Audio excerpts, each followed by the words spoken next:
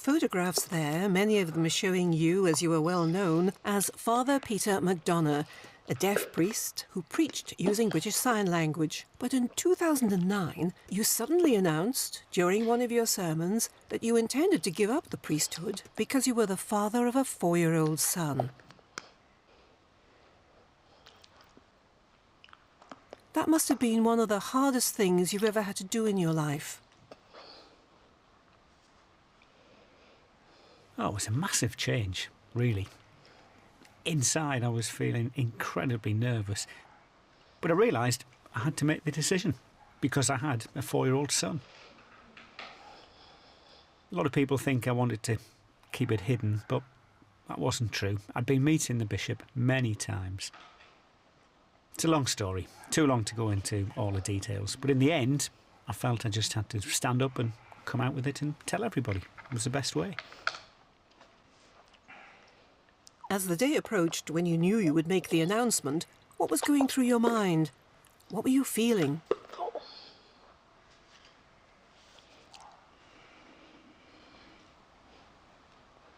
When my son was born, things changed.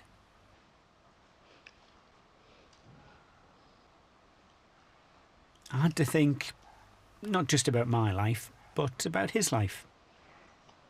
I already knew after just a year that I wanted to be open and tell him I was a priest.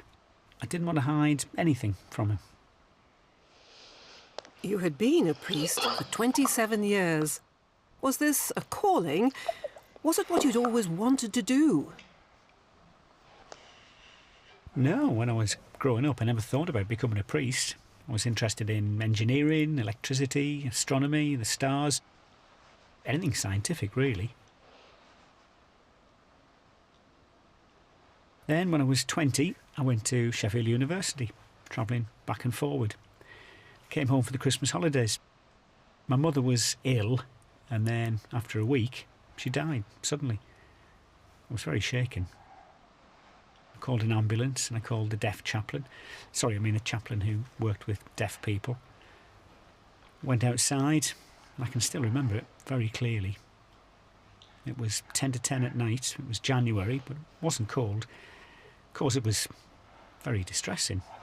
But deep inside me, I felt a kind of peace. And where it came from, I don't know. And I had a clear vision that God was calling me. He was asking me to become a priest. And I said yes, straight away, just like that. Didn't ask any questions like, I'm deaf, how can I?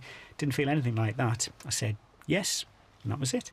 I heard nothing, saw nothing, but deep inside I knew God was calling me to be a priest. It was instantaneous. So you had this instantaneous realisation that you wanted to become a priest. But I'd like to take you back to your childhood. What are your earliest memories? Well, my parents were both deaf. I had 2 sisters, one deaf and one hearing.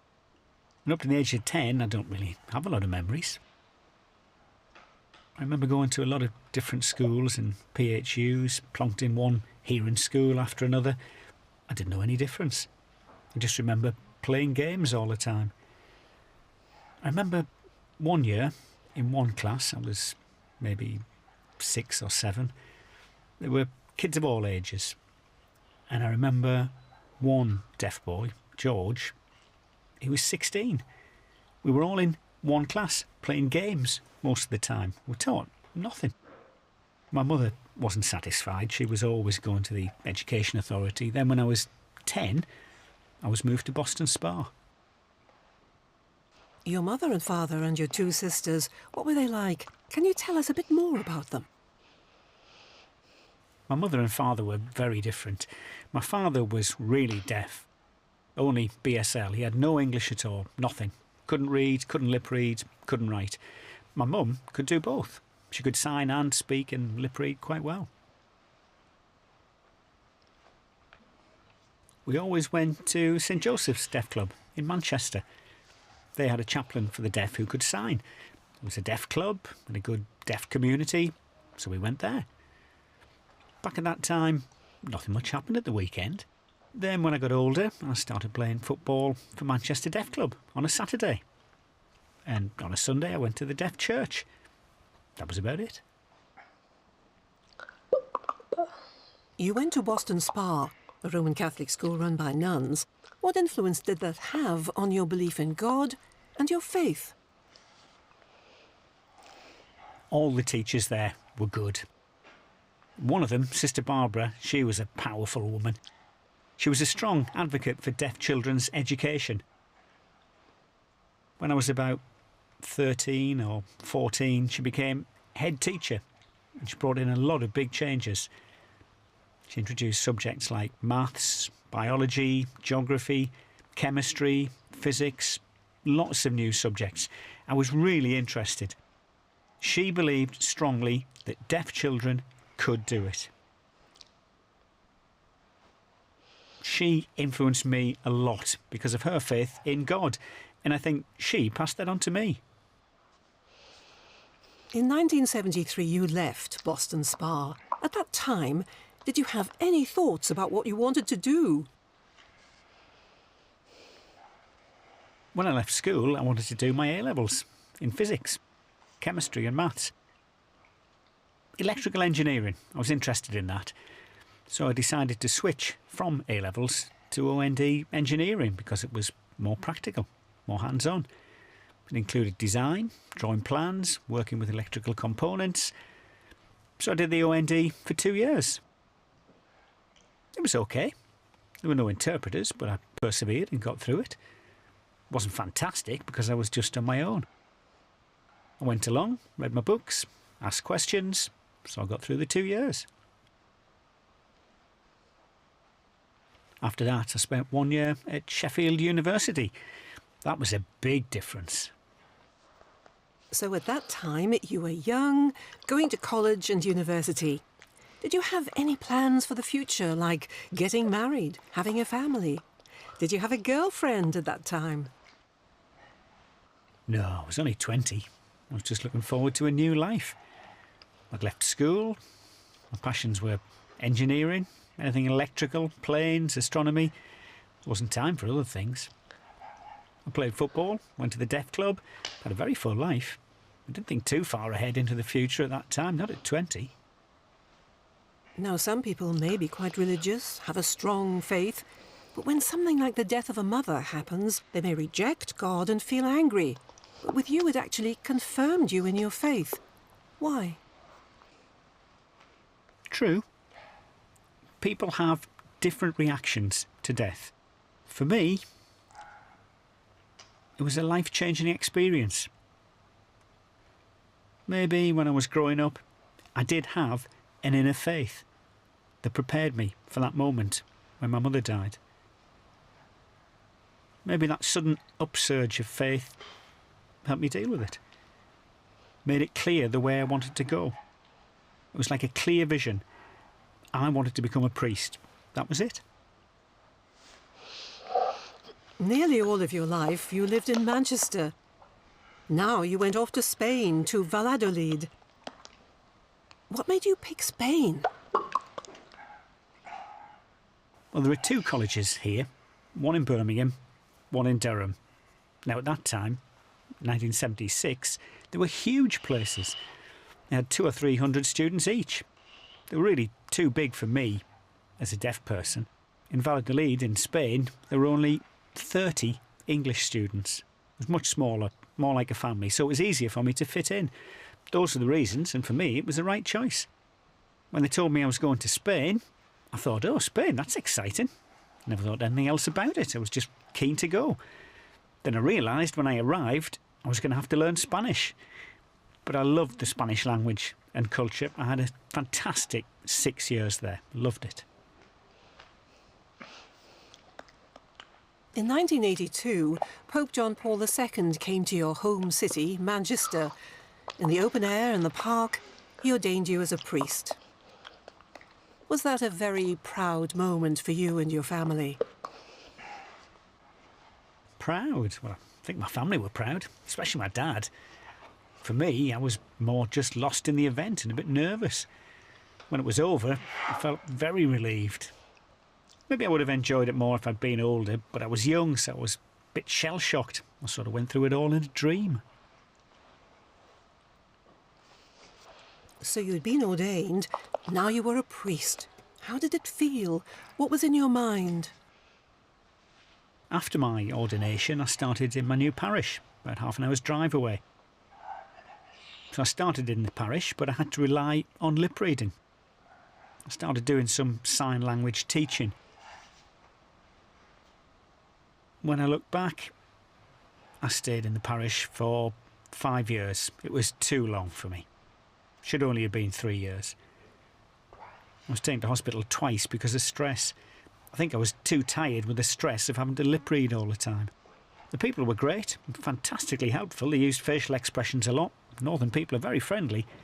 But 5 years was just far too long for me. So after that, I told them I'd had enough. I wanted to work full-time with deaf people. So that's where they put me. So you were working in the community. Then in 1987, you went off to Ireland to go on a Teacher of the Deaf course. Why was that? When I left my hearing parish to start in the deaf community, I was really looking forward to it. Then Canon Hollywood, the priest who always advised me, invited me for a chat, and he said he always encouraged others who worked with deaf people to become qualified social workers. He said he wasn't sure if that was appropriate for me. I agreed that really wasn't for me, so he said, why not become a teacher of the deaf? I quite liked the idea. But the problem was where?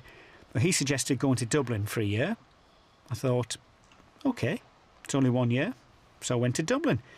But to be honest, I didn't really enjoy the course. Why didn't you enjoy it? Well, the course focused on the teaching of deaf children. But sign language wasn't included. I'll give you one example. The course theory, for me, was OK. The work placement, teaching in different schools, enjoyed that. One placement was at St Mary's School. Another was at St Joseph's. And there were others, but they were all oral. One placement I wanted to try was in a school that used what was called at that time the manual method. But they said no. I asked them why not. Why not let me try it and see? So I kept badgering them till eventually they let me go there. And it was fascinating. It was really different. For example, I was sitting observing in one class and there was one teacher who was deaf himself.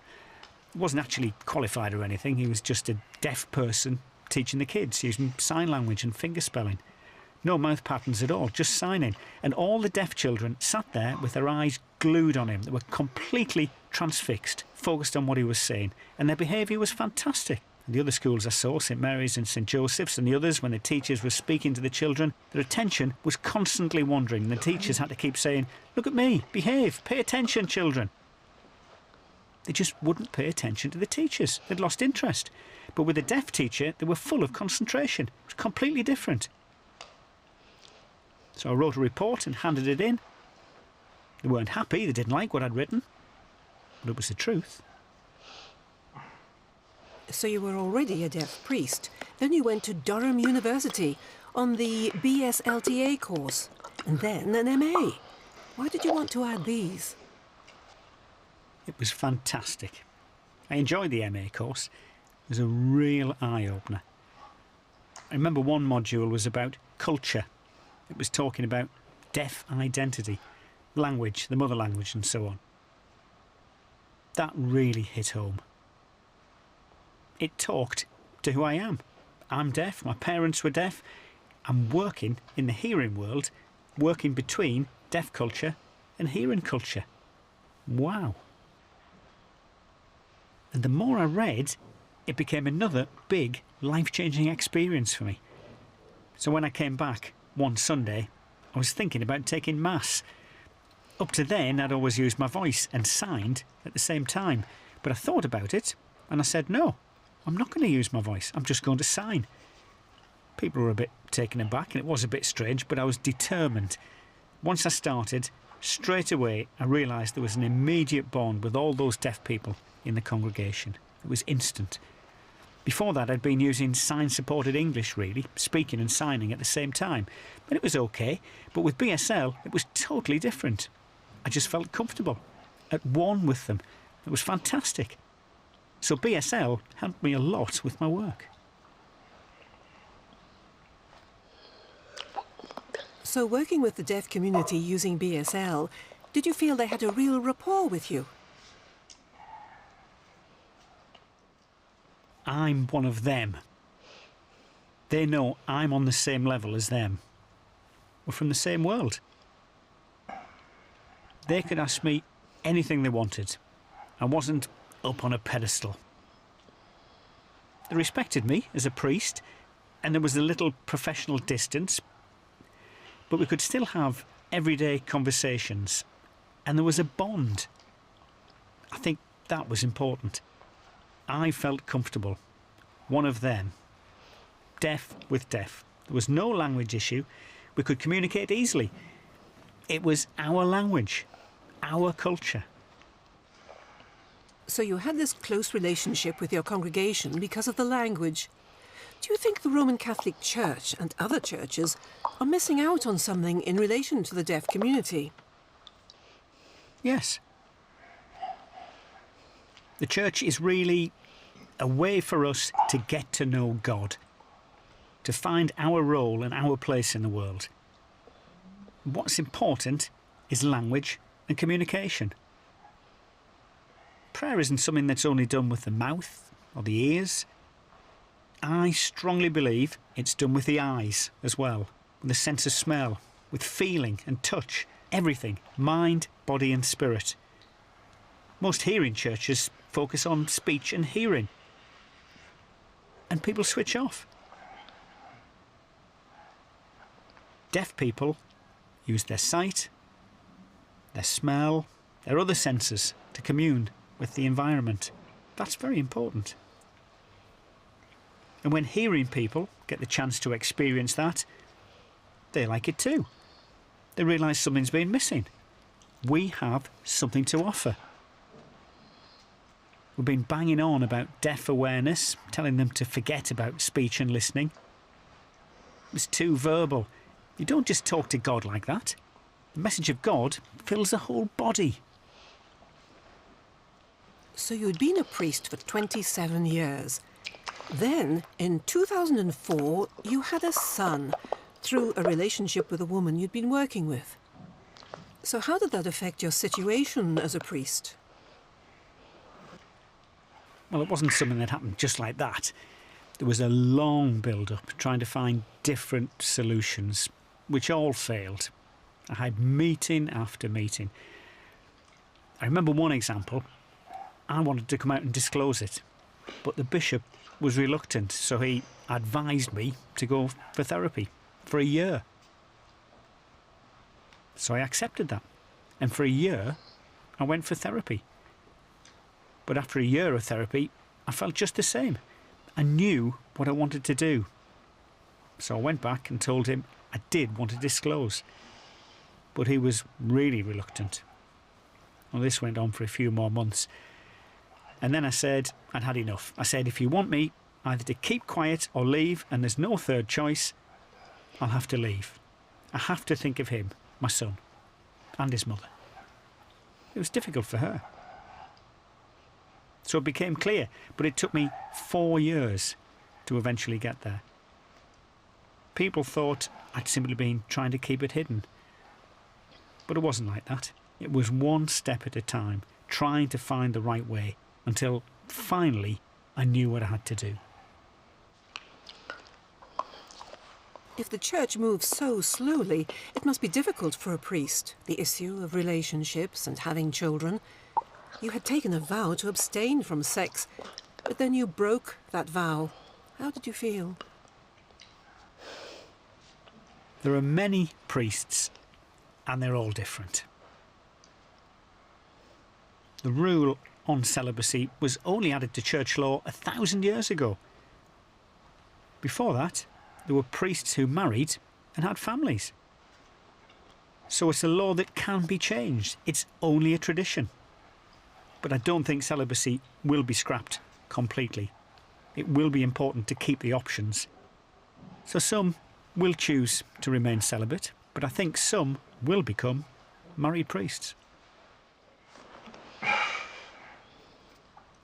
When you announced you were giving up the priesthood, some deaf people felt betrayed, disappointed, shocked and angry. What do you have to say about that? I wanted to tell them the truth. Why hide things? I also wanted to apologise for what I'd done. Apologise and ask their forgiveness. Ask for their understanding and support. That's what I want. I don't want to live a lie. I also had to think of my son and his mother, who's my wife now. I want to think of them. I realise life's too short. I've seen a number of other cases where priests have had children and kept it secret. That's not good. It can have a bad, negative influence on the child. I didn't want that. It was best to be open about it.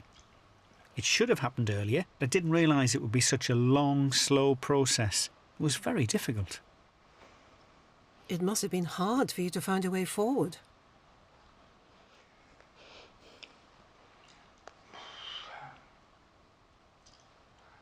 When I left the priesthood, my life changed completely from day one.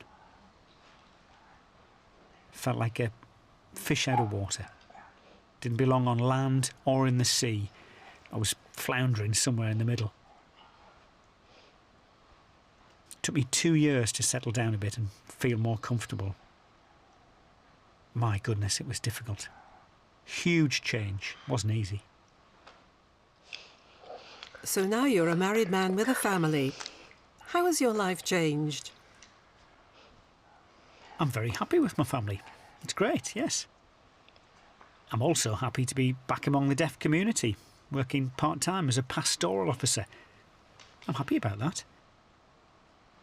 It took me 5 years because laicization, that's the process of getting the form that officially releases you from being a priest, that involves a lot of interviews to explain why you wanted to leave the priesthood.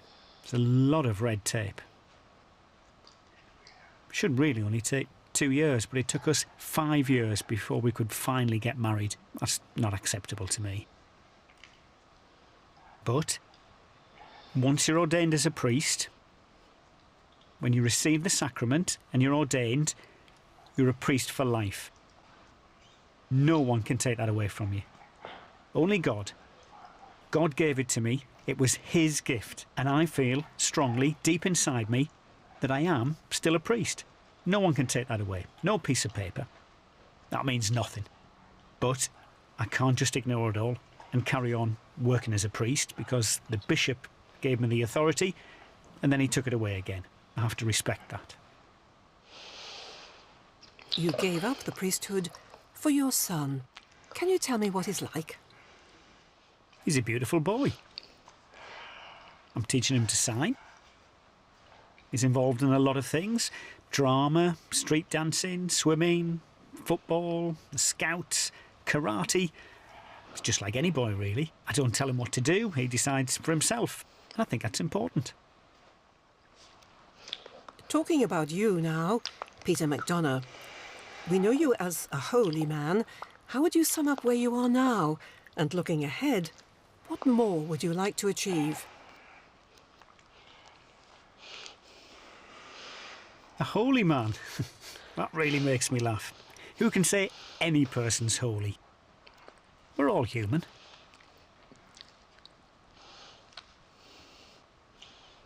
The future?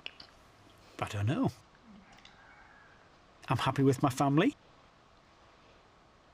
I'm happy to be working with the deaf community. I'd like to find a new way to increase the numbers. At the moment, I feel that deaf education, there's something not right. Some deaf children are growing up with good English. Others are struggling and falling over the edge because of poor education. Why? I believe the important thing is sign language. My experience in Spain helped me. Learning Spanish helped to improve my English. I'm a strong advocate of both languages, BSL and English. From my own experience of seeing my father and my mother, my dad was pure BSL. He'd no English at all because his education was terrible. It was oralism and it failed. I feel the pure oral system is morally wrong. I feel it robs deaf children of their lives. I don't think that's right. I think it's cruel. Robbing deaf children of their lives is not right. It's morally unacceptable. OK, it may work for some people, fine, but it doesn't work for all. In the future, I hope the church will become much more open and inclusive to many groups. At the moment, I feel everything is focused on the parish church and the parish. There are other groups like prisoners, travellers, refugees, the deaf community. These groups are all different. They're all an important part of the church. You can't exclude any one of them. It's not right. At the moment, they're all being left out because everything is focused on the parish. That's still regarded as the norm. We can't go on like that. Life nowadays is far more diverse. We have to embrace everyone. God is God for all of us.